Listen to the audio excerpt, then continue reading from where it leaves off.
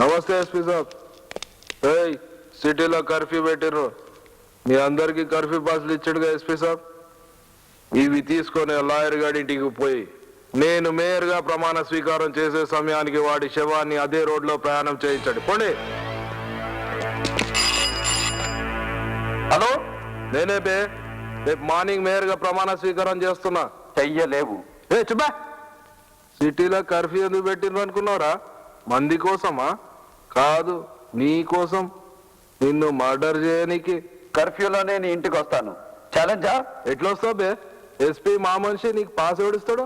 తెగించిన వాడికి తాడో పేడో తేల్చుకోవడమే కానీ తప్పించుకోవడం లేదురా. నేను వస్తున్నాను. నీకు దమ్ముంటే సెంటర్లో కాసుకో. రాబే, చూసుకుందాం.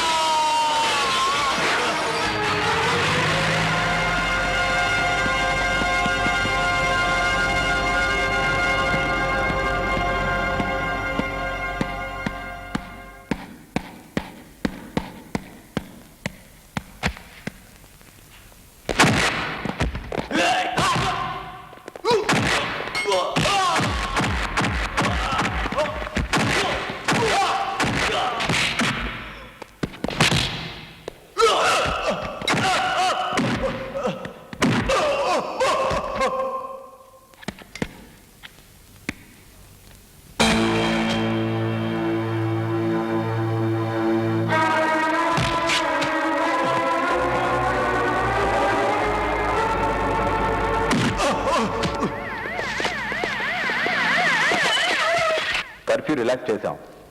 ఇక మీరు వెళ్ళొచ్చు.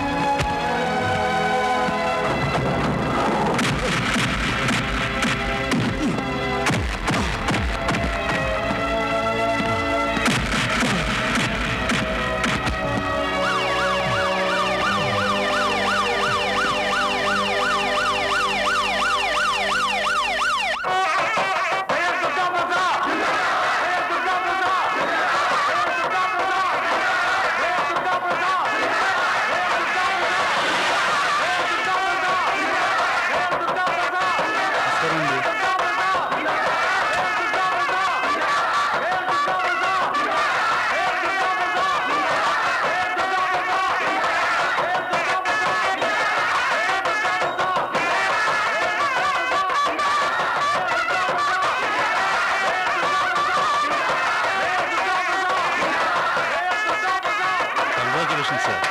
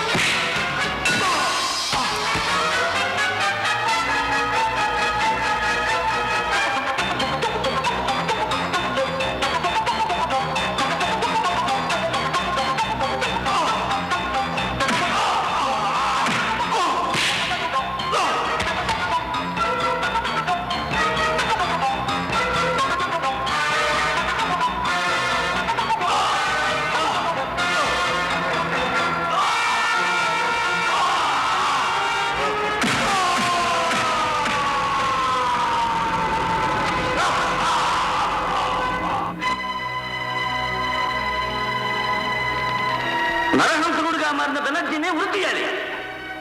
నల్లకోటకు అవమానం తెచ్చిన లాయర్ బెనర్జీని బార్ అసోసియేషన్ నుంచి డిబార్ చేయాలి. అతను లా డిగ్రీని రద్దు చేయాలి. అతని పక్కన నడిస్తే మనల్ని కూడా హంతకులు చూసినట్టు చూస్తారు.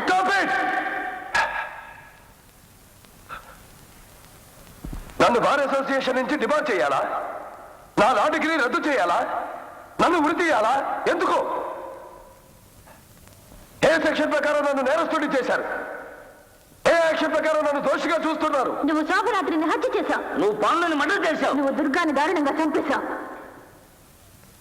ఒక పబ్లిక్ ప్రాసిక్యూటర్ గా ఆ పాండుని ఆ దుర్గాని నేను ఉరికమ్మ విగించడానికి ప్రయత్నం చేస్తే తప్పుడు సాక్ష్యాలతో వాడు తప్పుకున్నప్పుడు మీరు మాట్లాడలేదే. వాడు హంతకులని సాక్ష్యం చెప్పడానికి కోర్టు మెట్లకు వస్తున్న భారతిని కోర్టు ముందే చంపడానికి ప్రయత్నించినప్పుడు మీ గుండె స్పందించలేదే.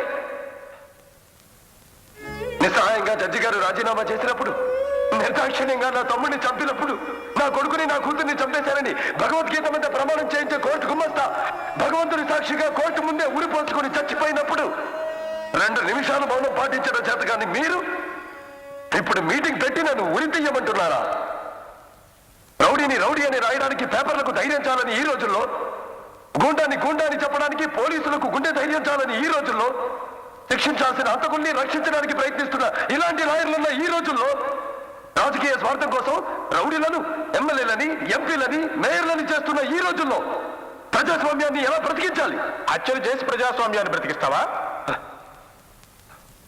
నేను ఆత్మరక్షణ చేసుకున్నానే గాని హత్యలు చేయలేదు. శోభరాత్రి నా ఆస్తిని ధ్వంసం చేసినప్పుడు చంపాను. జడ్జి గారి అమ్మాయిని పాండు మానభంగం చేయబోయినప్పుడు చంపాను. ఇవి రెండు ఐపీసీ సెక్షన్ 100 ఎక్సెప్షన్ 1 ప్రకారమే జరిగాయనడానికి పోలీస్ డిపార్ట్మెంటే సాక్షి. దుర్గా నన్ను చంపబోయినప్పుడే నేను చంపాను అనడానికి రక్తసిక్తమైన నా ఈ శరీరమే సాక్షి. ఈ శరీరంలోంచి దూసుకుపోయిన బుల్లెట్లే సాక్షి. కానీ ఇవన్నీ నువ్వు ఇంటెన్షనల్ గా చేశావు.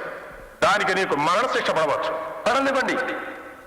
40 లక్షల మంది ప్రజల్ని 4 రౌడీలు కత్తులతో భయపెట్టే సంస్కృతి మారిపోవడానికి, మీ ఆస్తి మీదకి వచ్చినా, మీ ఇంటి ఆడపడుచుల శీలం మీదకి వచ్చినా, మీ ప్రాణాలు తీయడానికి వచ్చినా వాళ్ళను మీరు చంపినా శిక్ష పడదు అనే న్యాయ సూత్రం జనానికి తెలియడం కోసం నేను చేసిన ఈ పనికి మీరు నన్ను ఉరి తీస్తే చిరునవ్వుతో ఉరి తాటికి ఉయ్యాలలూగిన భగత్ సింగ్ నవ్వుతాను.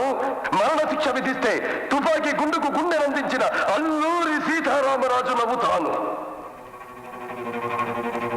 ధర్మో రక్షతి రక్షిత. ధర్మక్షేత్ర స్థాపనార్థం కురుక్షేత్రం చేసిన ఈ ప్రాణం జాతికి అంకితం.